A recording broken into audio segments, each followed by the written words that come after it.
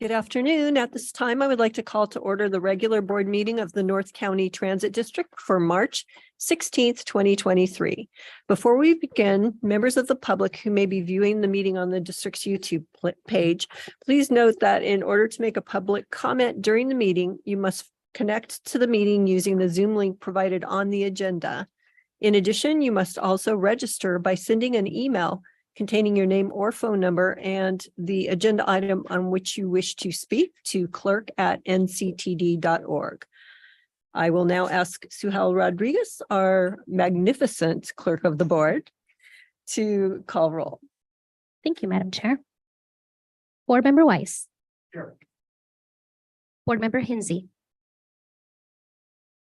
Here. Thank you. Board Member Contreras.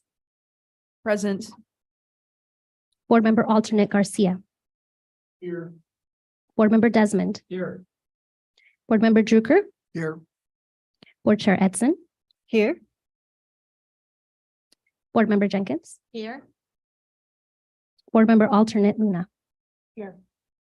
That completes the roll, Madam Chair. Thank you very much. Board Member Luna, will you please lead us in the Pledge of Allegiance? Ready, begin. I pledge allegiance to the flag of the United States of America and to the republic for which it stands, one nation, under God, indivisible, with liberty and justice for all. Suhel will now lead us in a safety brief and review evacuation procedures. In case of an emergency, I will dial 911. In case of an evacuation, please take the stairs. Do not use the elevators. Once cleared of the building, do not re-enter unless cleared to do so by emergency personnel. There are fire extinguishers and first aid kits on each floor of the building. There is a portable defibrillator on the first floor and staff on hand trained on CPR procedures if needed.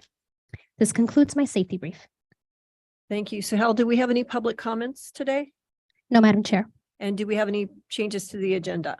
Yes, Madam Chair. The agenda document was modified to reflect that agenda item 1 requires formal adoption by the board to align with the staff report, and closed session item 22 was pulled by staff.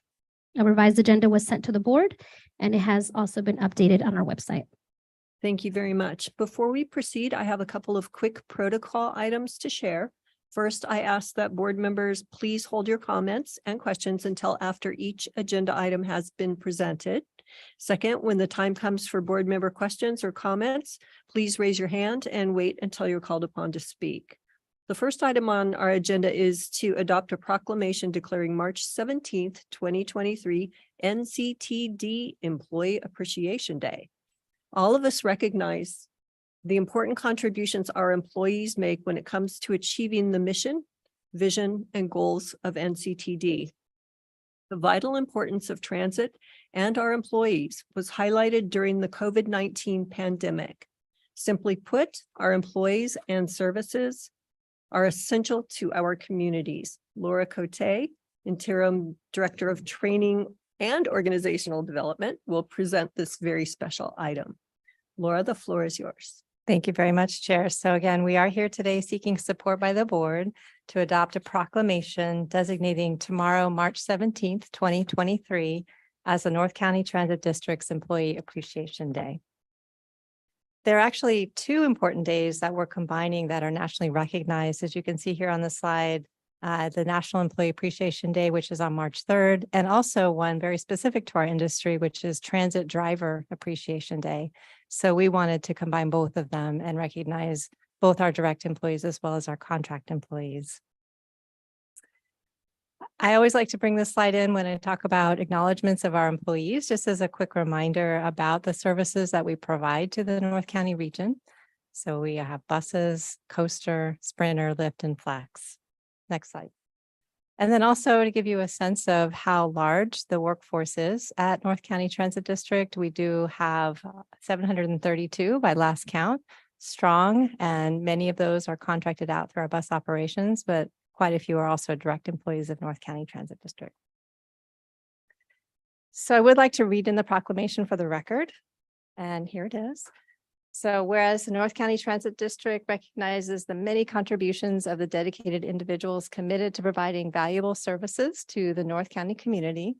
And whereas March 17th, 2023 has been designated as Employee Appreciation Day to recognize both direct and contractor employees for their hard work at a time when their dedication is even more valued and appreciated.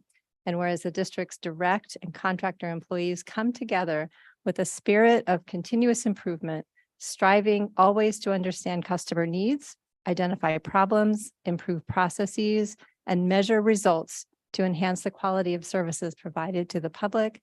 And whereas these dedicated individuals endeavor daily to perform their jobs with professionalism and integrity in order to improve lives and to help the community become a better place to live, work, and visit. And whereas the district is more responsive, innovative, and effective because of outstanding employees who demonstrate excellence. And the district is proud and has deep gratitude and recognition for their professionalism, dedication, hard work, and commitment. And now therefore, the North County Transit District Board of Directors does hereby proclaim March 17th, 2023 as Employee Appreciation Day. So that concludes my presentation, Chair, and I'd be happy to answer any questions. Thank you, Laura. And I think that we owe our employees a round of applause for the marvelous job they do. So any questions for Laura? Seeing none. The next item is the minutes. May I have a motion to approve the minutes for the regular board meeting? Madam Chair, we have to vote on this Oh item. my gosh.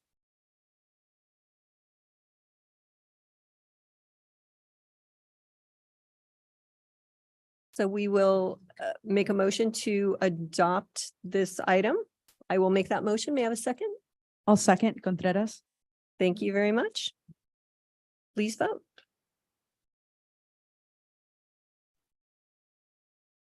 I'll vote yes as well. Kinsey votes yes. Thank you. On the motion of Board Chair Edson, seconded by Board Member Contreras to adopt proclamation designating March 17th, 2023 as the NCTD Employee Appreciation Day. Motion passes.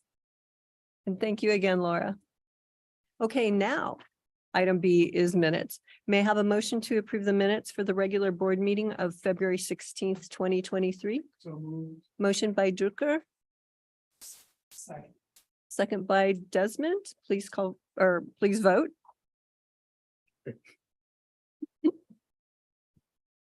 I'll also vote yes on this. Thank you.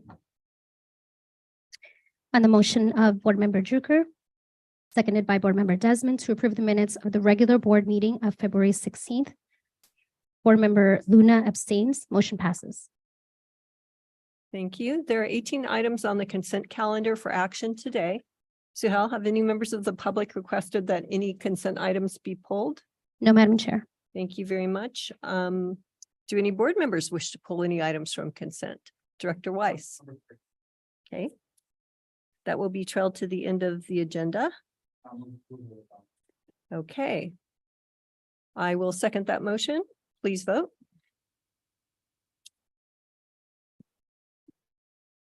My vote is yes.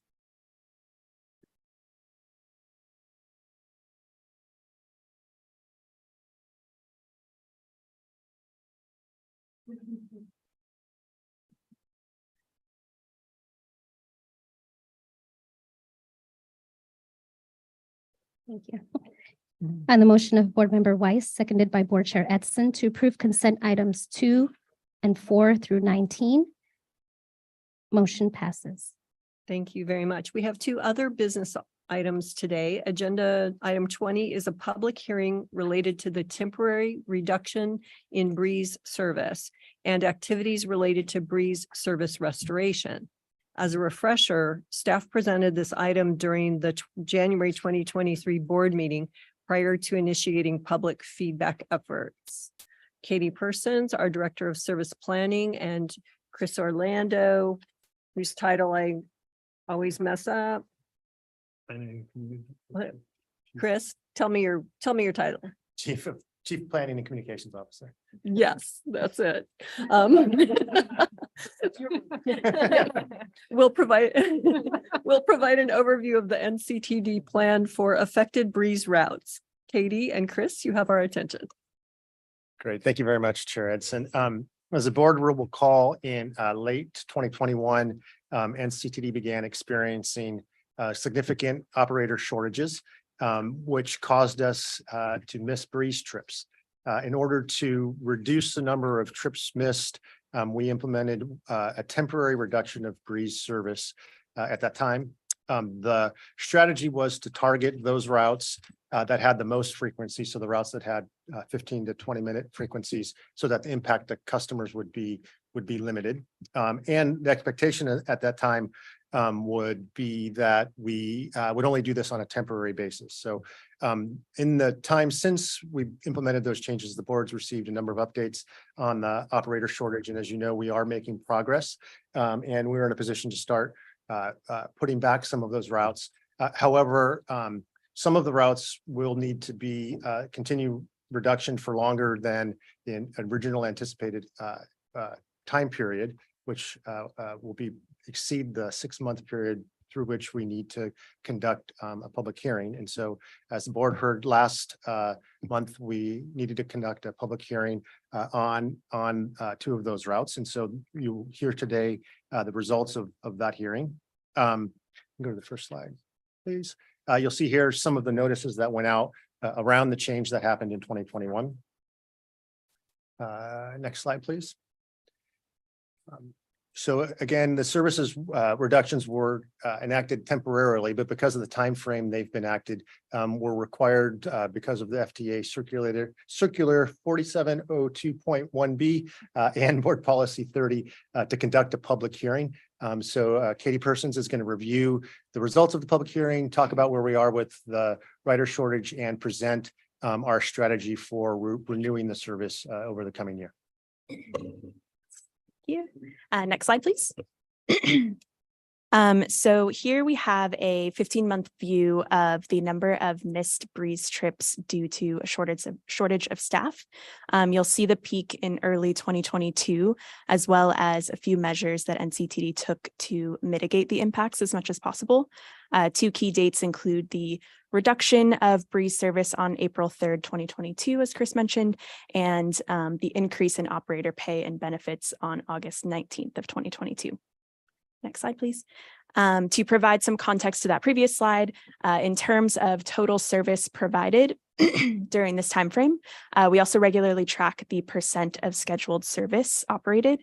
And you'll see during this time, the largest dip in service operated was 96.4% in January of 2022. And we've been above 99% since September of 2022.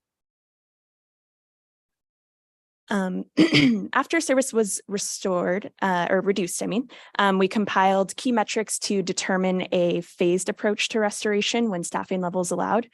This includes the scale of reduction, passenger loads, operational feasibility, customer concerns or requests, nearby schools, and demographic information.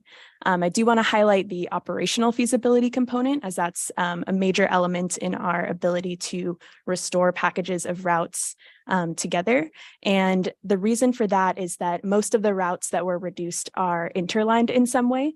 And so interlining is a scheduling method that we use where drivers are rostered to operate trips on 2 distinct bus routes, and we do that to optimize resources. So an example of what that might look like, both the 302 and 303 operate between Oceanside Transit Center and Vista Transit Center along different major corridors. So a 302 bus will travel from OTC to VTC, take a brief layover, and then travel back to OTC as a 303 bus instead.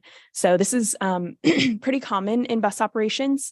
And what it means in circumstances like our service restoration is that it's challenging to restore just one of those routes at a time without completely breaking the efficiency of the rostering. So those interline routes are essentially a package deal.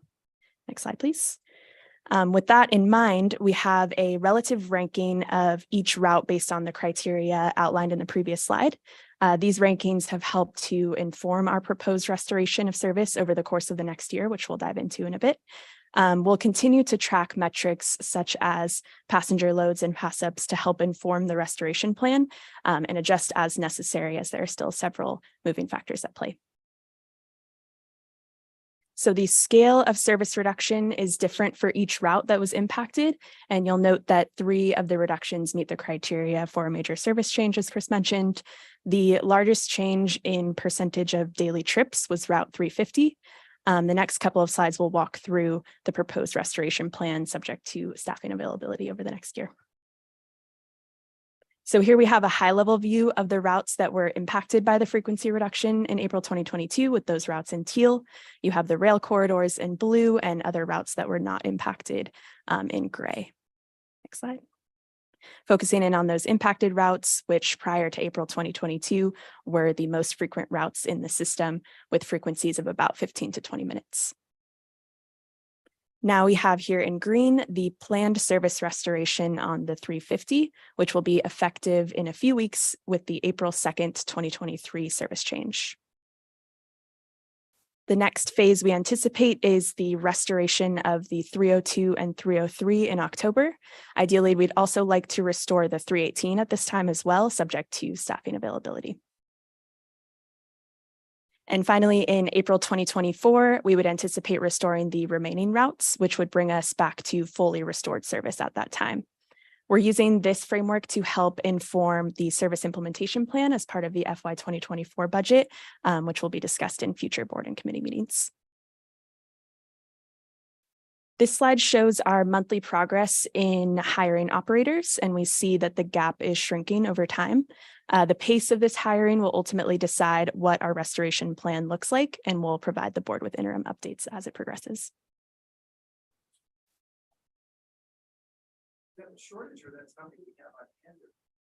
Yeah, so in teal, you have the number of Breeze operators that are available for service, and we should include lines on this in the future, but that blue line that says 252 Breeze operators required, that's the number of operators that we need in order to fully restore service. So we're at a gap of about 20 operators or so right now.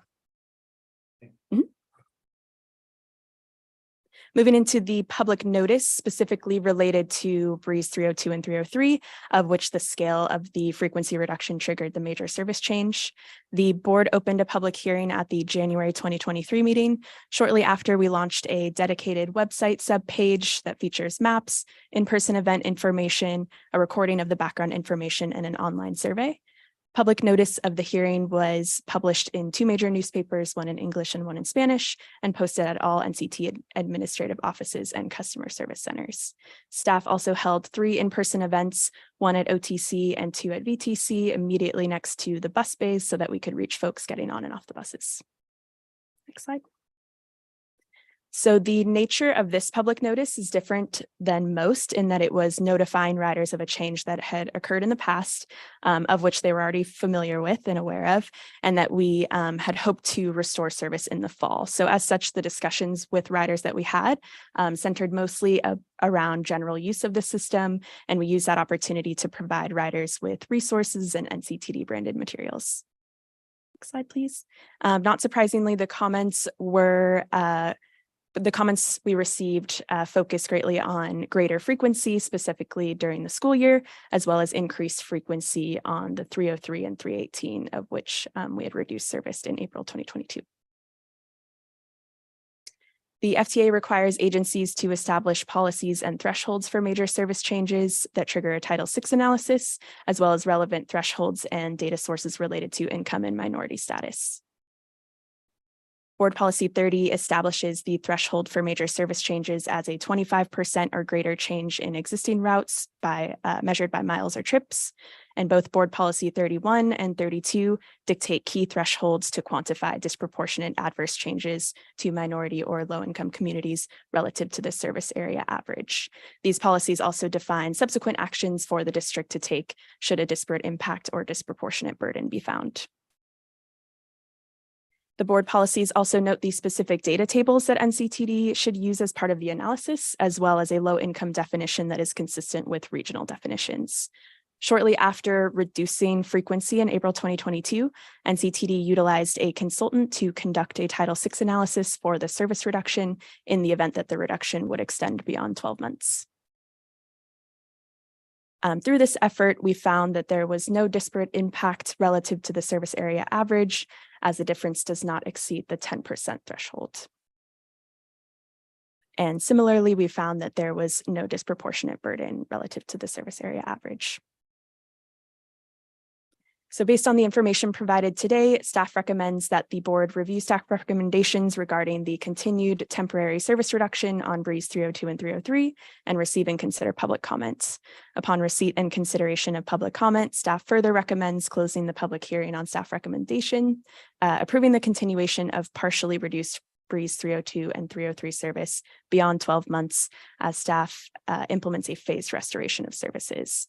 And finally, waive the requirement to conduct a major service change process to fully restore services when feasible. And to clarify that last bullet, next slide, please. What we're essentially asking the board is for their approval to restore frequency on the 302 and 303 without conducting an additional major service change process in public hearing. Alternatively, if the requirement is not waived, what that would look like if we're targeting an October 2023 restoration, we would open a public hearing at the May board meeting, conduct outreach between May and July, conduct a Title VI analysis, and conduct a public hearing at the July board meeting, and then restore service in October. And so the main reason we're requesting the waiver is that our preference is to conduct general public outreach much closer to the October service change date so that riders aren't confused. And it also gives us more time to analyze staffing and see the exact scale of restoration that's feasible for October without confusing the public. And with that, it's questions. Great. Thank you so much, Katie and Chris. And Suhail, are there any public comments on this item? No, Madam Chair. Okay, at this time, public registration to speak on this item will end. Does the board have any questions for Katie or Chris? Let's see, I'm seeing a nod over there from Board Member Contreras. Would you like to begin? Yes, thank you so much for the presentation. I have a lot of concerns about reducing the service on the 303. Not only is that the way that I usually get here, and depending on the time of day, there's either a lot of people or a good amount of people. So I just don't understand why we're going to reduce frequency on the 303. And I had asked previously if there was going to be an exemption in reduction of service for school day trips. Are we considering those hours? Because it's jam-packed. I mean, I'll let you answer that question first because I have some other information that I want to provide. I'll take the first Okay. part. So just to be clear, we're not reducing service beyond levels they're at today. This is about the change we made last April. So the levels you see today are the levels you'll continue to see until October when we plan to restore service. So just to be clear about that. The reason we're doing this process now is because we've exceeded the time frame on that reduction from the original 6 months. It's going longer. And so we have to conduct a public hearing. So the service levels you see now will be in place, continue to be in place until we target to restore the service in October. So just wanted to make that clear.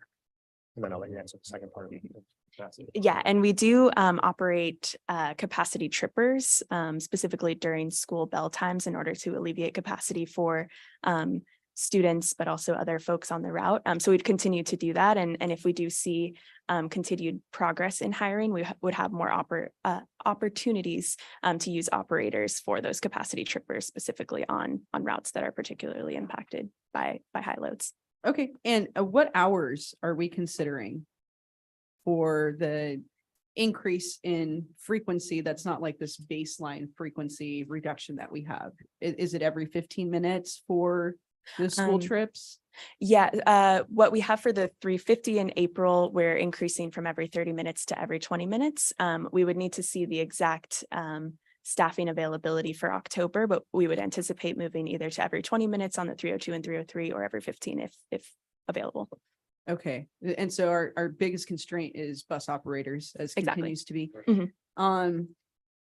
So I'll get to the bus operator point in a second, but I just want to share that on the 17th of February, the Sandag Transportation Committee reviewed the Youth Opportunity Pass pilot program. It was item 9, and there were 5 routes that were the highest for Youth Opportunity Pass, and the 303 is one of them. Mhm. And there's only 2 routes out of those 5 that are NCTD. So I just have a lot of concerns about continuing to have a reduction in service for the 303 bus. Mhm. In fact, I think the 303 bus is a perfect example of how we can move towards a bus rapid transit on that North Santa Fe corridor. There's a lot of connection between Vista and Oceanside. And I think it's just disproportionate how folks don't have the ability to move quickly from Vista to Oceanside. The 303 at a minimum, right, it takes like 45 minutes to get here, but people are using it a lot. So I really do not agree with continuing the reduction on the 303. I understand that we're constrained by the number of operators. So that's where I want to bring in this other point that I've continuously made. Are we, and I want to thank Board Member Hinsey for asking a question a few meetings ago, where we can actually negotiate when we're looking at doing redeveloping our assets, right? Whether it's a parking lot or something else, that we can negotiate for different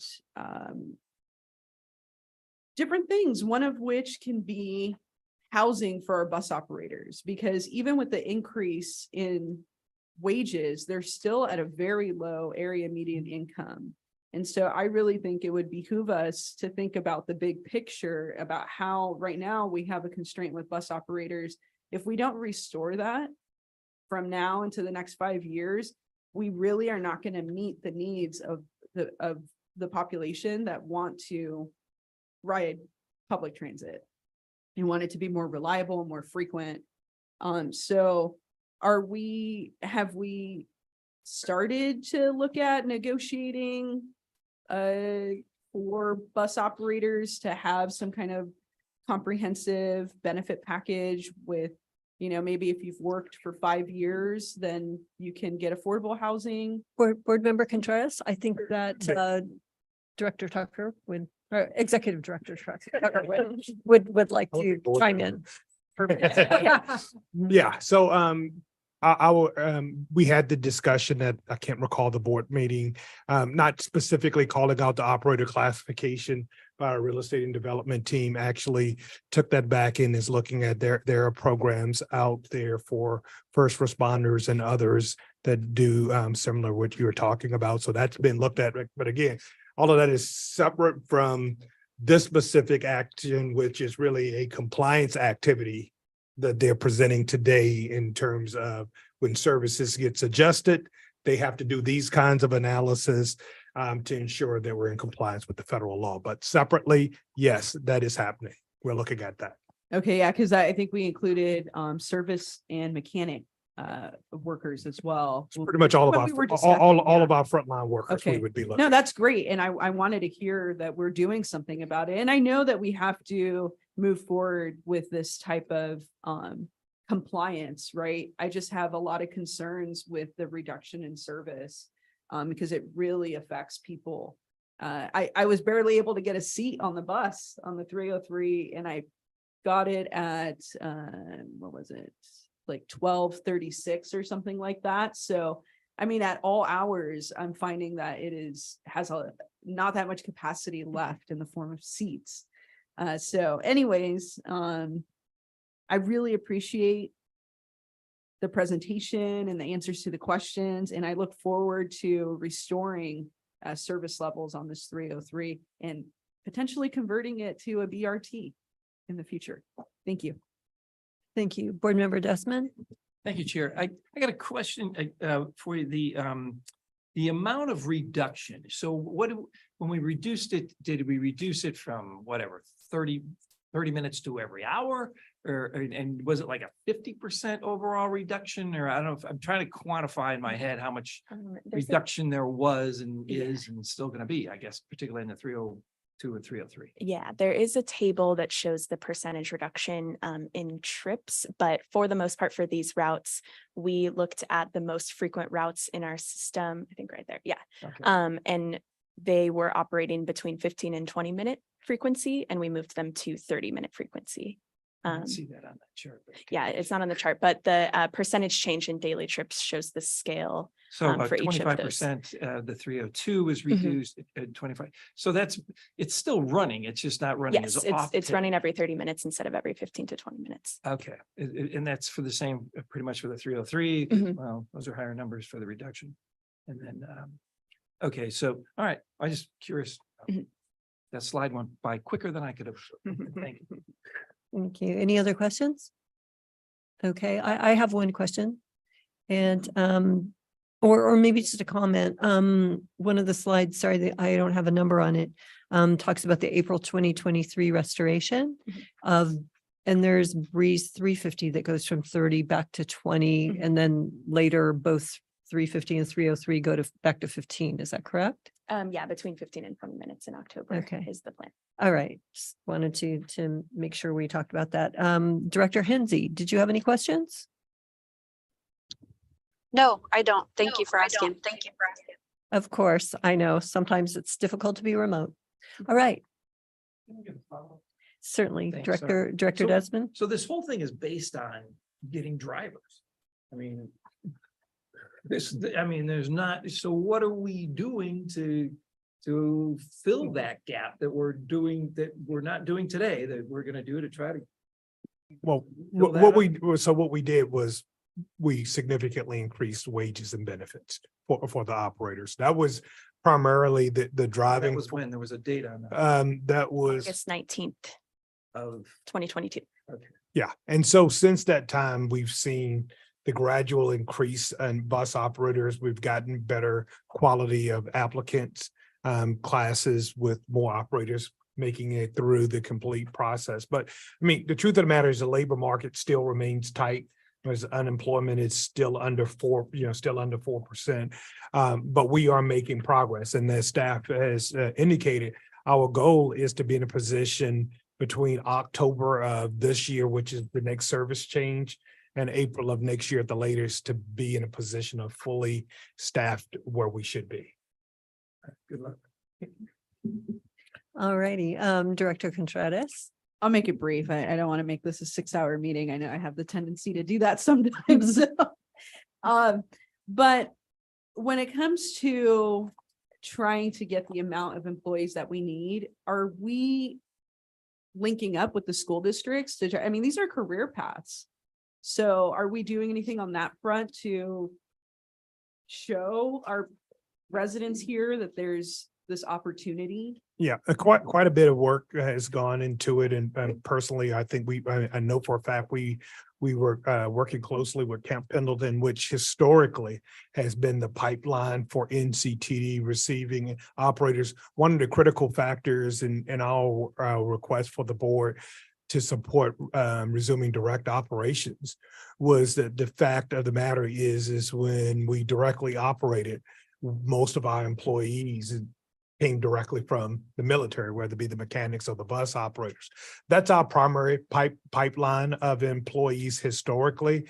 And now, we've seen shifts as we increased our wages. We saw a little bit of shift to where there'd be Amazon, Uber drivers coming over to the district because the wages and benefits now were better than what would be provided if they were to work in a transportation network company or working in one of those industries. So we've taken an all above strategy in terms of recruitment, but I think the core fundamental is we got to continue to make sure we have an overall strong package that, when taken into consideration by someone, allows him to think, hey, this is a better option for me going forward for my family, not just from a short-term, but long-term perspective.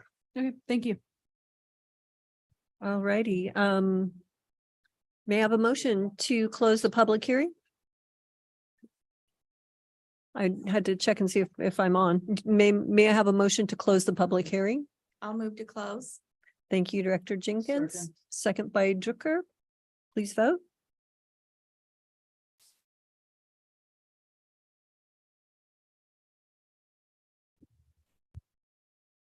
My vote is yes. Thank you. And may I have a motion to approve agenda item 20? So moved. Motion by Desmond, Second. second by Jenkins. Please vote.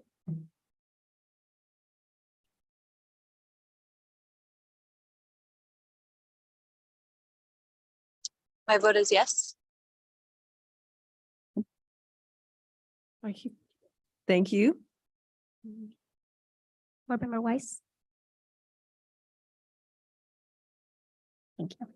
Madam Chair, if I may, in accordance with Assembly Bill 2449, Board Member Hinsey is participating remotely, and I'd like her to state for the record if there are any adults present with her before any action is taken. Yes, my husband is the adult present with me. Thank you, Board Member Hinsey.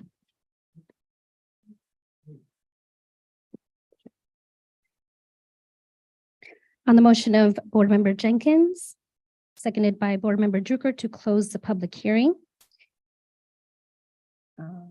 Board Member Contreras abstain? Or no? Oh, sorry, no, sorry. Okay. Okay, motion passes. And then on the motion of Board Member Desmond, seconded by Board Member Jenkins to 1, review staff's recommendations regarding the temporary service reduction on Breeze 303 and 302. Approve the continuation of partially reduced Breeze 302 and 303 service beyond 12 months and waive the requirement to conduct a major service change process to fully restore services when feasible. Board Member Contreras, no. Motion passes. Thank you very much. The next item will be presented by Karen Tucholsky, our Chief Operations Officer, Support Services. As we have some newer board members, I wanted to share that similar to most city council roles, our board is responsible for hiring 2 positions for the district, the executive director and general counsel. Both positions are hired pursuant to an employment agreement. Karen will provide an overview of what was proposed at this month's executive committee regarding the performance evaluation for the district's general counsel. Karen, you have the floor. Thank you. Good afternoon, everyone. First, in keeping with our notion of employee appreciation, I actually hope everyone's looking and sees that Ms. Winfrey is going to be hitting her 10-year anniversary with NCTD as a general counsel just here in a few weeks. So as Chair Edson noted, Ms. Winfrey is engaged via employment agreement, which calls for the executive committee to conduct an annual performance evaluation. This year, the committee met on March 7th to conduct that evaluation, at which time they rated her performance as exceeds expectations. In accordance with her agreement, Ms. Winfrey will be receiving a 3% increase to her base salary effective her anniversary date next month. In addition, the committee is also recommending a one-time compensation incentive in the amount of $30,000. In making its recommendation, the committee did review a peer analysis of comparable position salaries within the region, and that information on the analysis is provided for you in your board folders. Lastly, as the agreement is reaching its last year, the executive committee does intend to complete a restated employment agreement with Ms. Winfrey prior to the end of calendar year 2023. So the recommendations before you today are to receive the executive committee performance evaluation for general counsel in accordance with board policy number 3, and to approve the committee's recommendation to provide a one-time performance-based incentive payment. And that concludes the presentation. Thank you for that presentation, Karen. So do we have any public comments on this item today? No, Madam Chair. Okay, thank you very much. Any questions, any comments from board members? Okay, well, in that case, oh, there we go. Director Garcia. Thank you. How did you reach the $30,000?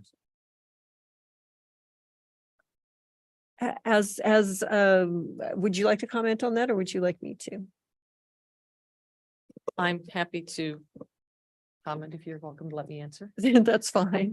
No problem. So thank you. So as you see there in the packet, you have the information of the comparable regional salaries.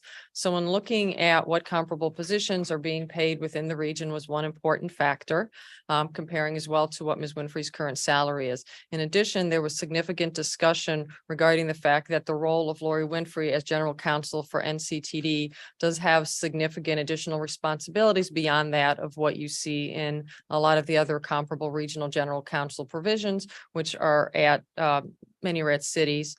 So in our role here with transit being 24/7, being the owner of a railroad, as well as complex operations for 5 different modes regulated by multiple different agencies, Ms. Winfrey's duties are much more hands-on and deal with a lot of very complicated matters, multi-party MOUs with additional parties as well, things like that, that do call upon her to not only provide duties beyond what you might normally see in general counsel, but in terms of the called amount of time that she spends working. She's basically on call 24/7, constantly in touch with the executive director and board members on a lot of these critical issues that arise operationally to make sure that the district is being protected in a legal fiduciary responsibility. So the board's committee's interest is in making sure that Ms. Winfrey is compensated adequately and fairly for the scope and scale of her responsibilities and duties, looking at the duties here in NCTD and keeping in mind what other comparable salaries are regionally to make sure that we can retain her employment here with NCTD. And I would like to add 2 items to that. And one is that we also looked at COLA. So the 3% raise is part of her contractual raise, which is based on COLA and is based on the economy, and the economy did not increase at 3%. You know, we had, I think it was a 5.29. So a little bit of that 30,000 makes up for the difference in inflation. But in addition, I will say, or just to add to what Karen spoke of with regard to Lori's commitment and work ethic, I do text her at 2 a.m. and she does answer me. I think that's important. And executive director. Well, now I know I can. Does that mean I can text you at 2 a.m.? Okay. Yeah, I was about to say you should be very careful because but between us 3, we all text each other at crazy times during the night, and somebody's always there responding. But just for clarity too, so it was a combination because you have in front of you a sheet of comparison of compensation that is paid to other general counsels. There were a number of factors that the committee discussed because I was there. Part of it was the gap between at the time that Ms. Winfrey and I, we both have very similar agreements that they were entered into a time where it was a different inflationary environment as opposed to what it is now. But the number is capped at 3% in each of these last few fiscal years. It has been far above the 3%. Also, this was her specific request in terms of this or this bonus, and we could look at it and do the analysis with other compensation. The board the committee itself looked at it in the context of her current agreement. Her current agreement caps it at 3%, so they maintain the integrity of the agreement. Under her agreement, she's also authorized, should the board desire, to receive a bonus, and so the committee made that determination. So that's how it came about. All of it came about consistent with the 4 corners of her employment agreement with the board. So I'm glad I don't know Miss Winfrey, but it sounds wonderful that you are an incredible employee, and that's great. Public agencies need to have incredible employees. So I saw the information for the city attorney for Escondido, and I'm certainly surprised that his salary is so high because I don't recall it being so high. So I'm going to have a conversation about that over there soon to figure out what's going on with that. And I'm glad that you answered 2 or 3 o'clock in the morning, your phone. As a church pastor, my phone's on 724 and it's answered all the time, but I don't get $30,000 raise bonuses. But I was wondering if there was some kind of a formula or something, how you reached that.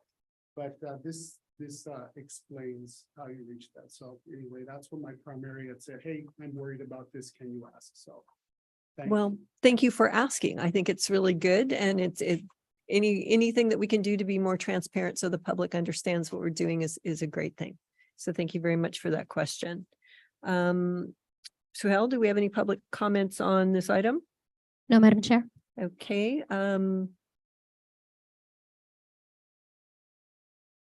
we need a motion on this, correct? Okay, may I have a motion? Contreras moves approval. Thank you Staff very much. recommendation. Jenkins will second. Please vote. Kinsey votes yes. On the motion of Board Member Contreras, seconded by Board Member Jenkins, to receive Executive Committee Performance Evaluation for General Counsel and approve a compensation incentive. Motion passes. Thank you very much. The next item on our agenda is closed session. When we come back from closed session, we will pull item number 3 or discuss item number 3 that was pulled by Director Weiss. So as I said, next item on our agenda is closed session. Lori Winfrey, General Counsel, will now take us into closed session. Thank you very much. And first, I would just like to thank the board for your confidence in the last item and the vote that the board made. And for the 10 years, nearly 10 years on April 8th that I've been here and working for the board. So thank you for that. In terms of the next item, closed session, this is pursuant to Government Code Section 54956.9 subsection D1 regarding existing litigation, Skanska USA versus Sandag and NCT and various other parties.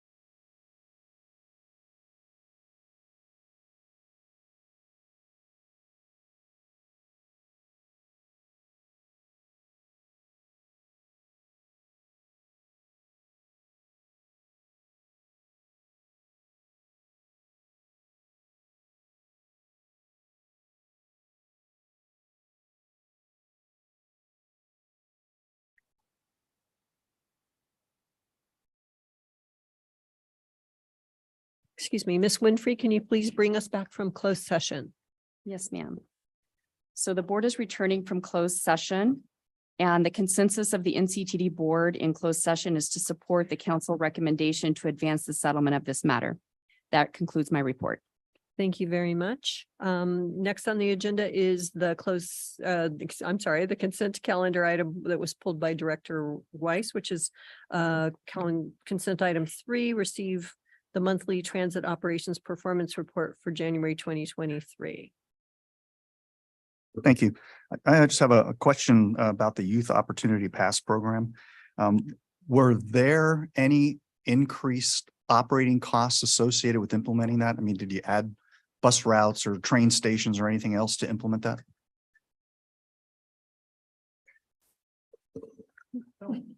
I can't identify any, additional costs, but I will say in furtherance of kind of the spirit of your question, we are pursuant to to discussions that we had at an executive committee meeting. We're going to be pulling together some more detailed information regarding the youth opportunity program, and we'll be bringing it back to the entire board. So we'll make sure we go back and scour to and if we do identify that as part of the program elements, we will include that analysis. Because as I look at the numbers, it would appear to me that just reading about it, that there is no increased cost. You're just having youth be able to participate. And in fact, their numbers for January exceeds the coaster numbers. And so I would think that if there's any way of keeping that program, we should find a way to do that. So that was the only reason I wanted that item pulled. But so I will move approval staff recommendation on this. Edson second. And also the sentiment, I second.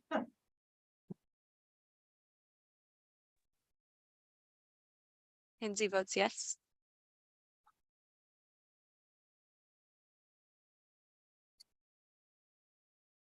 On the motion of Board Member Weiss, seconded by Board Chair Edson, to receive the monthly transit operations performance report for January 2023. Motion passes. Thank you. This brings us to the Executive Director's report. Mr. Tucker, do you have anything to report? I do. As I shared with Board Member Contreras as we were coming out of closed session, we do have an MOU that is being advanced with SANDAG to study driver housing. So the item that was requested and discussed previously is something we're looking at, and SANDAG is in the process of going to execute an MOU with NCTD. The second comment I will make to the board is a little bit from similar to this conversation we had at the executive committee.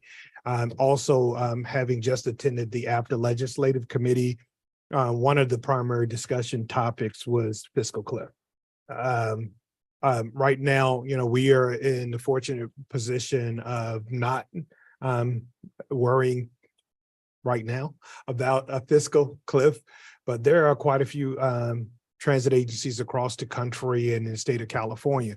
I would encourage the board members to be very mindful that we're now reaching a budget, a revenue plateau.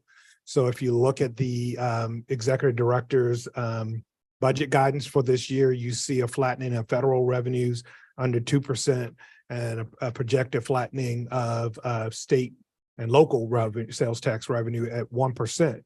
And so we do need to make sure that we are prepared if those numbers go negative. For some of you who were previous board members, you know what it's like once the sales tax revenues decline. I'll give the example because I don't know why, but I remember the number. Back during the Great Recession, we were supposed to receive $52 million in revenue, and we actually received 37. You were in the neighborhood though. And I just say that to you that as we go into the planning for the upcoming well, and again, I'm prefacing we're in a good position, but we will be coming forward with a contingency plan within our budget to make sure that we can manage it. So every dollar counts. We want to continue to be very bold in terms of advancing improvements throughout our system, whether it be capital and operating. But you know, one of my primary responsibilities is making sure that we maintain service and that we don't put particularly our frontline employees in a position of suffering through what was significant layoffs that occurred in the past. So I'll continue to talk about this kind of issue because once it gets here, it's a very, very, very painful place to be. So thank you. Any questions for Mr. Tucker? Okay, seeing none. Are you done? Yes, ma'am. Wow, that was pretty quick. Are there any board member reports?